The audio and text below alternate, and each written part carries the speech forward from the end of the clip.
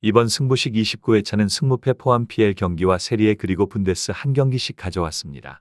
앞선 영상에도 언급드렸지만 사실 유튜브로 영상을 올리게 된다면 실시간으로 정보 업데이트를 해드리기 어려움을 느끼고 있습니다. 그래서 소통을 원활히 하고자 공간을 만들어 보았으니 고정 댓글에 링크를 클릭하셔서 공유방에 참가하시어 함께 수익을 올릴 수 있는 기회가 되었으면 좋겠습니다. 29회차의 구매 타겟 첫 경기는 첼시와 레스터시티의 만남입니다.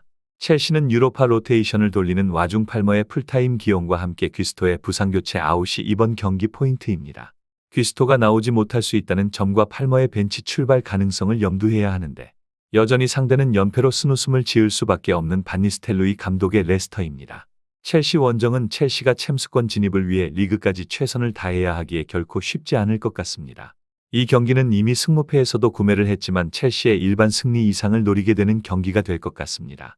저 또한 승무패 구매 분석을 진행하면서도 첼시의 코펜하겐 원정 플랜은 디테일하게 알지 못했는데 제가 생각했던 이상의 로테이션을 돌려주면서 리그 일정을 생각하는 움직임이 나왔습니다.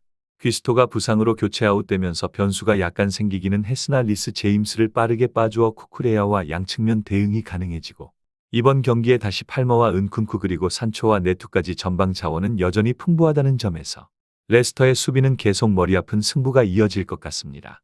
1 핸디슨까지 노리는 이번 경기입니다. 두 번째 경기는 토트넘과 본머스의 만남입니다.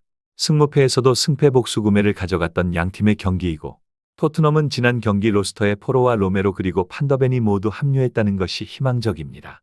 토트넘의 포스테코글루 감독의 전술상 너무 중요한 센터라인의 복귀 가능성이 열리는 이번 홈경기이고 외줄타기로 목숨줄을 연장하고 있는 포스테코글루 감독이 승리를 위해 전력을 다할 것을 생각한다면 본머스가 리그에서 토트넘 원정 3연패를 당하고 있다는 점까지 의외로 희망적인 경기이기도 한 것 같습니다. 이 경기는 아마 배팅을 망설이는 분들이 많은 경기일 것 같습니다. 하지만 저평가된 토트넘을 지금 한번 믿어볼 만한 경기가 될 수도 있습니다. 본머스가 절대 무시할 수 없는 클럽인 것은 분명하고 공세도 너무 매섭지만 이번 경기는 센터라인이 강화되는 토트넘입니다. 포스테코글루 감독 체제에서 비상을 할 때 토트넘의 스쿼드가 다시 갖춰질 여지가 있습니다. 지난 알크마르 원정에서 드디어 로메로와 판더벤이 벤치의 모습을 보여주었고 복귀를 눈앞에 두고 있습니다. 이번 경기 선발로 나올 가능성이 높다고 보기는 어렵지만 한 명만 돌아와줘도 단소가 워낙 잘해주고 있다 보니 스펜스도 잘해주는 토트넘의 최종 수비 라인 4명의 걱정이 없어 보입니다. 확실히 수비는 좋아지고 있다면 공격에서는 홈에서 토트넘이 분명히 개선되는 부분이 있기에 본머스 상대로 홈에서 보여준 이전의 폭격하는 공격 결과와 함께 반등을 노려볼 만하다고 느껴집니다. 승으로 도전해보게 됩니다. 세 번째 경기는 맨유와 아스널의 만남입니다. 맨유가 OT에서 아스널을 상대로 나름 버티는 상성을 이용해 이번 경기 이변을 노립니다. 아스널은 이번 경기에 얼마나 로테이션을 할 것인지가 중요한데 현재 공격진 부상에 롱테이션을 돌려도 크게 변화를 주기 어려운 현실이고 챔스와 유로파를 각각 치룬 양팀의 일정상 차이는 아스널의 휴식일이 길기에 맨유에게 오히려 부담이 되는 경기일 듯합니다. 이 경기는 OT에서 맨유가 아스널에게 지난 5년간 2승 2패로 선방하고는 있으나 아스널은 11월 11일부터 모든 대회 원정 유일한 패배가 EFL컵 뉴캐슬 원정 한 경기뿐이었고 은하네리가 이렇게 외대고루와 합이 잘 맞아준다면 당장 맨유의 왼쪽 수비는 계속 당황할 것으로 보여집니다. 승무패 분석에서 강조드린 부분이었고 당장 파이널 서드 수비가 이렇게 엉성해진다면 아스널에게 세트피스 등 여러 부분에서 공략당할 가능성이 많이 높아 보입니다. 배당에서도 아스널에게 1.63이나 주고 있는데 구매하지 않을 이유가 없어 보이는 경기입니다. 로테이션을 아스널이 돌려준다고 해도 스털링을 선발로 올리는 정도 말고는 크게 변화를 주기 부담스러울 듯한 아르테타 감독이고 일정상 휴식일도 아스널이 훨씬 여유롭다 보니 정배당 가능성이 높아 보입니다. 승으로 구매합니다. 네 번째 경기는 유벤투스와 아탈란타의 만남입니다. 엠폴리에게 코파를 탈락하는 수모를 겪은 유벤투스가 지난 경기에는 압살하면서 다시 반등에 성공했습니다. 현재 3위와 4위에 각각 위치한 두 팀의 승점은 딱 3점 차이고 골득실로 인해서 이번 경기에 승리해도 아탈란타가 3위를 유지할 수는 있으나 승점은 똑같아지기에 굉장히 중요한 승점 6점짜리 경기가 됩니다. 아탈란타는 루크먼이 지난 경기처럼 침묵하지 않고 날아다닐 수 있는지가 중요한데 유벤투스에게 역대 성적의 열세를 최근 이겨내며 오히려 리그 1승 홈으로 반등하고 있다 보니 이번 경기도 희망을 가질 것 같습니다. 이 경기는 유벤투스가 역대 상대 전적 40경기 25승 13무 2패의 압도적 성적과 최근 들어 리그에서 아탈란타가 1승 홈으로 25패를 지워가고 있는 흐름 속에 선택을 해야 합니다. 이 성적만 본다면 결국 유벤투스가 홈이기에 승무의 선택지가 좁혀지게 된다면 이미 유벤투스가 정배당으로 가고 있기에 1핸디승 선택지가 발매되지 못했습니다. 심지어 유벤투스가 홈에서 이번 시즌 7승 7무로 패배가 없다는 점까지 아탈란타가 이변을 보일 수 있을지 미지수입니다. 그런데 루크먼의 원맨쇼가 가능한 스쿼드일 뿐만 아니라 이번 시즌 아탈란타가 상위 6위 내에 위치한 5개 팀과 원정에서 치룬 리그 3경기에 1승2무로 패배하지 않았습니다.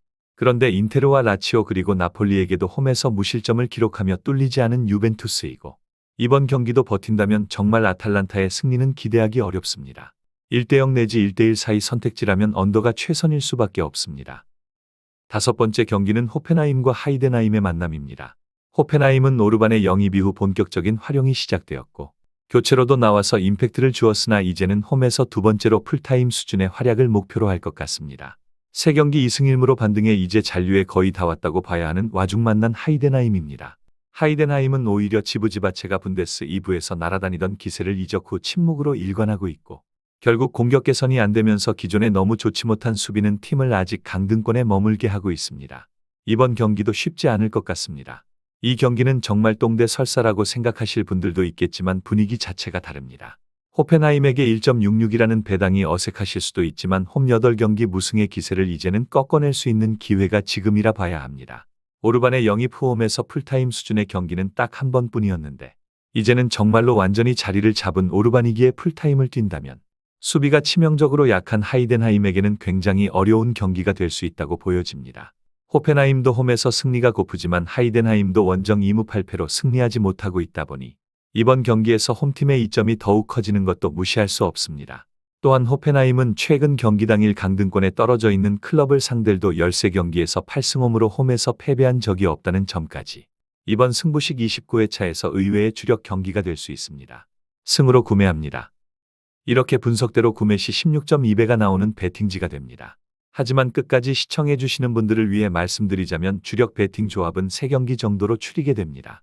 첼시 1앤디 승과 아스널의 승 그리고 호펜하임의 승으로 배당은 줄지만 적중 가능성은 꽤나 높아 보입니다. 실시간으로 함께 정보를 공유하고 함께 베팅 성공을 노려보실 분들은 영상 하단 고정 댓글 링크로 공유방 참가하시면 좋을 것 같습니다. 영상이 도움되셨다면 구독과 좋아요 한 번씩 부탁드리겠습니다. 감사합니다.